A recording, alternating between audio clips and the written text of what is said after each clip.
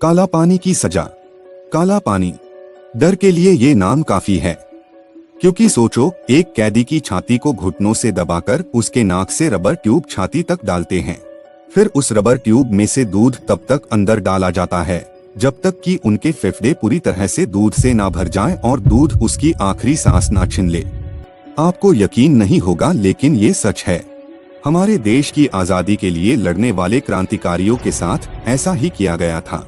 जिन लोगों ने यहाँ समय बिताया था, उनकी जिंदगी का काफी खौफनाक समय होगा। आखिर काला पानी की जेल का निर्माण किसने किया था? यहाँ अंग्रेज कैदियों के साथ क्या करते थे? दोस्तों, जानेंगे आज के इस वीडियो में। इस जेल की हर एक बात जानेंगे, तो बने रहे वीडियो के लास्ट तक।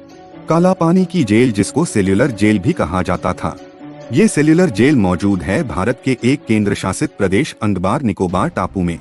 ये हिस्सा सीधे सीधे भारत की भूमि से नहीं जुड़ा है, बल्कि चारों तरफ समुद्र से घिरा हुआ है और ये भारत का द्वीप समूह का हिस्सा है। यानी कोई कैदी यहाँ से भागने की कोशिश करेगा तो डेफिनेटली पानी में डूबकर मारा जाएगा। इसीलिए इसे काला पानी कहा जाता है। भारत में जब स्वतंत्र संग्राम चल रहा था, तब स्वतंत्र संग्राम में हिस्सा लेने वाले सेनानियों को प्रताड़ित और खौफनाक सजा देने के लिए इस जेल को बनाया जाना था। साल 1857 में अंग्रेजों के खिलाफ क्रांति हुई थी। उसके बाद ही अंग्रेजों ने इस जेल को बनाने की योजना बनाई।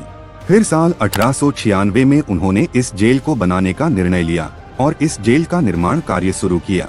कैदियों से उन्हीं की जेलें बनवाई गई। सेल्यूलर जेल की इमारत को बुर्मा से मंगाए 30 लाख गहरे लाल ईंटों से बनवाया गया था। कैदियों पर बारीक नजर रखने के लिए इस इमारत को साइकिल के पहियों की तरह बनाई गई थी, जिसके बीच में एक ऊंचा टावर भी बनाया गया था और इमरजेंसी के लिए यहाँ एक बड़ा सा घंटा भी लगाया गया था। इस पूरे एरिया में 3 मंजिल की 7 इमारतें बनाई थी, जिसमें 694 जितने छोटे कमरे बनवाए गए थे और 10 मार्च 1906 को इस जेल को पूरी तरह से बनाकर तैयार किया गया था। लगभग 10 साल में बनकर तैयार हुई ये जेल भारतीय कैदी में डर का माहौल बना रही थी। हर एक कैदी के लिए अलग से कोठरियां बनाई थी और ऐसा इसलिए किया गया क्योंकि स्वतंत्र संग्राम में हिस्सा लेने वाले थे, जिसे अलग रखने पर उसे कंट्रोल मिला सके। यदि इन्हें एक साथ रखा जाता तो हो सकता था कि वो कोई ना कोई योजना बना लेते। एक एकांत व्यक्ति अकेला रहता है तो वो अंदर से टूट जाता है। इसी मानसिकता को कैदी के बीच में लाने के लिए अंग्रेजों ने उन्हें समूह में नहीं रखा। इस जेल से भागना नामुमकिन था, क्योंकि जेल के चारों तरफ पानी ही पानी था। लेकिन इसके बावजूद भी कई कैदियों ने भागने की कोशिश की, लेकिन वो सफल नहीं हो पाए। एक बार एक साथ 200 कैदियों ने यहाँ से भागने की कोशिश की, लेकिन सभी को पकड़ लिया गया। फिर यहाँ के जेलर ने एक बार में 87 कैदियों को फांसी पर लटकाने का हुक्म दिया। इन्हें अलग अलग तरीके से टॉर्चर और परेशान किया जाता और खाने में इन कैदियों को जंगली घास की सब्जी, वो भी कीड़ों के साथ, और कंकरों से भरे चावल परोसे जाते। और सिर्फ खाना ही नहीं, इन कैदियों की जिंदगी को हर तरफ से नर्क बनाने में अंग्रेजों ने कोई कसर नहीं छोड़ी थी। उनके रहने के लिए ना कोई गद्दे थे और ना कोई चादर। कोई भी मौसम हो, कैदियों को जमीन पर ही सोना पड़ता था। पानी पीने के लिए और टॉयलेट के लिए इन्हें 2 छोटे मटके दिए गए थे, पर पीने का पानी इतना खराब होता था कि उसमें कीड़े होते थे। ऐसे प्रताड़ित और टॉर्चर से परेशान होकर कई कैदियों ने आत्महत्या कर ली। नर्क से बदतर हालात में रहने वाले इन कैदियों से जानवरों की भांति काम करवाया जाता था।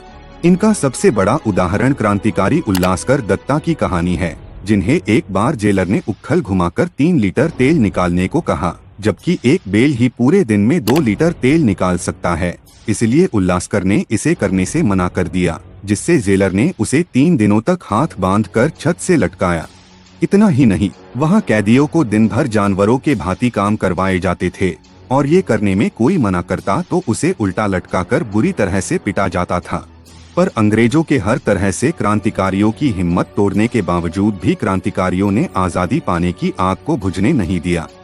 इस तरह की हिंसा अगले 90 सालों तक चलती रही। लेकिन ट्विस्ट तब आया जब वर्ल्ड वॉर 2 के दौरान जापानी सेना ने इस द्वीप पर कब्जा कर लिया, अंग्रेजों को यहाँ पर बंदी बना लिया और जंग खत्म होते ही इस जेल को पूरी तरह से बंद कर दिया। आज के समय में वहाँ पर एक म्यूजियम स्थापित है। इस जेल में आज भी उस शहीदों की आवाज गूंजती है, जिन्होंने भारत की आजादी के लिए अपनी जान कुर्बान कर दी। दोस्तों, दोस्तों, हमारे भारत के वीर जवानों के लिए एक छोटी सी लाइक तो बनती है, जिनकी वजह से हम आज चैन की सांस ले रहे हैं। और दोस्तों, आप लोग वीडियो तो देखते हैं, लेकिन 99% लोग चैनल को सब्सक्राइब करे बिना ही चले जाते हैं। तो प्लीज सब्सक्राइब जरूर करें और कमेंट में जय हिंद जरूर लिखें।